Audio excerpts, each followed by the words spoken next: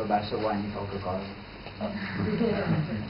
Saps què passa? Que això del Barça, tio, en el fons em fan zero. Està mateix. A segona no fareu res. És igual, ara hem de mirar el Barça perquè seran els partits que retransmetran.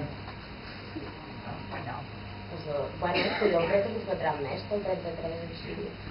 Quan mirem el Mallorca, que també estarà a segona. Més normal, perquè és un niu de fatxa allò, però fa por. No ho sé, tio, aquest tio es queixa tota l'estona. No l'hauré de comprar. No sembla que li hagi anat tan malament. L'has vist hola? Ah, no. Borratxo de geologia.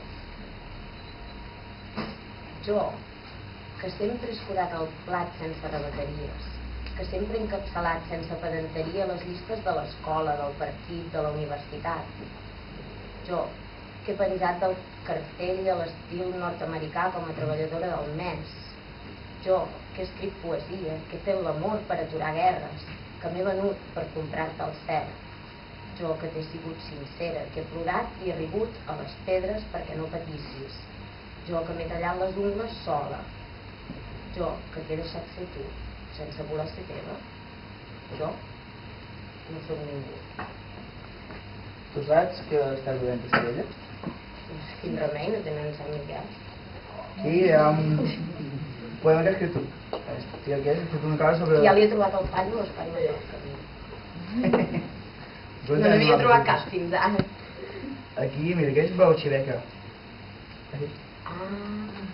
Aquells postmoderns bevent xiveca porten la barramenta plena de nocilla, duen fang a les seves sabates neopunk, que és com dir res, i no s'escolten la conversa de les veïnes de Gràcia quan entren dins del colmado, la victòria de les dones dures. I vaig a aquest putaneig, estic fins als collons. Jo ara estic fins als collons dels poetes i l'única cosa bona que he trobat que diu aquest llibre és aquesta.